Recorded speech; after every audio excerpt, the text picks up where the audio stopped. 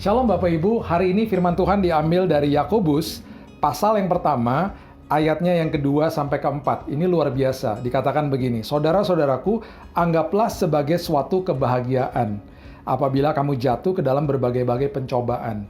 Ya, anggaplah sebagai suatu kebahagiaan, anggaplah sebagai suatu kesempatan ketika engkau jatuh ke dalam berbagai-bagai pencobaan. Pencobaan sebenarnya adalah ujian, bahasa Inggrisnya trials. Bahasa Inggrisnya trials adalah ujian sebenarnya. Jadi, berbahagialah karena ini adalah kesempatan ketika engkau berhadapan dengan ujian. Kenapa? Karena begini, sebab kamu tahu ayat yang ketiga, bahwa ujian terhadap imanmu itu akan menghasilkan ketekunan. Ketekunan bahasa Inggrisnya perseverance, atau karakter kita. Berarti apa? Berarti anggaplah sebagai suatu kesempatan ketika engkau sedang diuji. Ketika sedang ada ujian di hadapanmu. Kenapa? Karena ini adalah kesempatan bagi kita supaya karakter kita bertumbuh. Itu maksudnya. Dan apa yang dilakukan? Yang dilakukan, yang pantas dilakukan adalah di ayat yang keempat dikatakan, dan biarkan ketekunan ini, dan biarkan karakter ini, biarkan sekolah kehidupan ini, biarkan kelas-kelas kehidupan ini memperoleh buah yang matang. Selesai maksudnya. Bahasa Inggrisnya, let it finish its course. Biarkan proses ini selesai. Jangan stop di tengah jalan.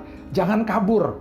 Banyak orang dulu kalau ikutan kelas, bolos dari kelas, nggak mau masuk kelas karena nggak suka untuk proses pembelajaran. Ya, saya juga pernah seperti itu dulu waktu masih sekolah, kabur dari sekolah karena tidak mau belajar gitu ya.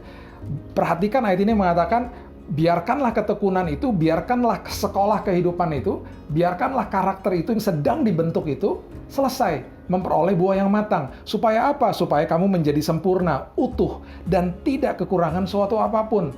Inilah sekolah kehidupan. Hari ini mungkin kita sedang bergumul dengan ketidaksabaran misalnya.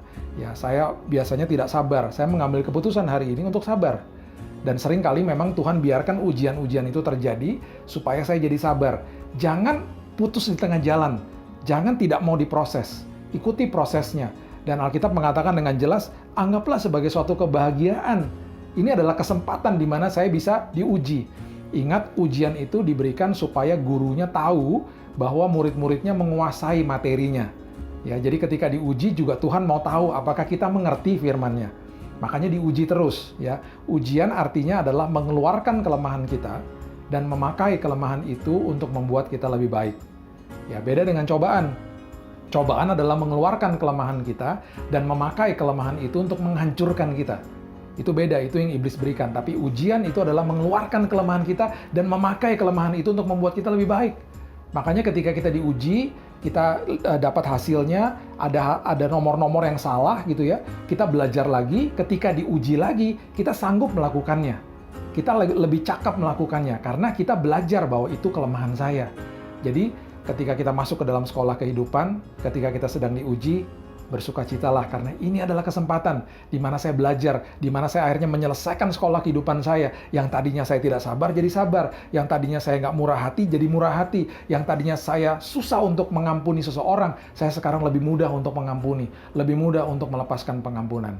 Saya percaya apapun yang kita hadapi, ujian kehidupan ini akan kita tempuh dengan baik dan kita biarkan selesai. Semoga hidup kita menjadi utuh dan tidak kekurangan suatu apapun. God bless you.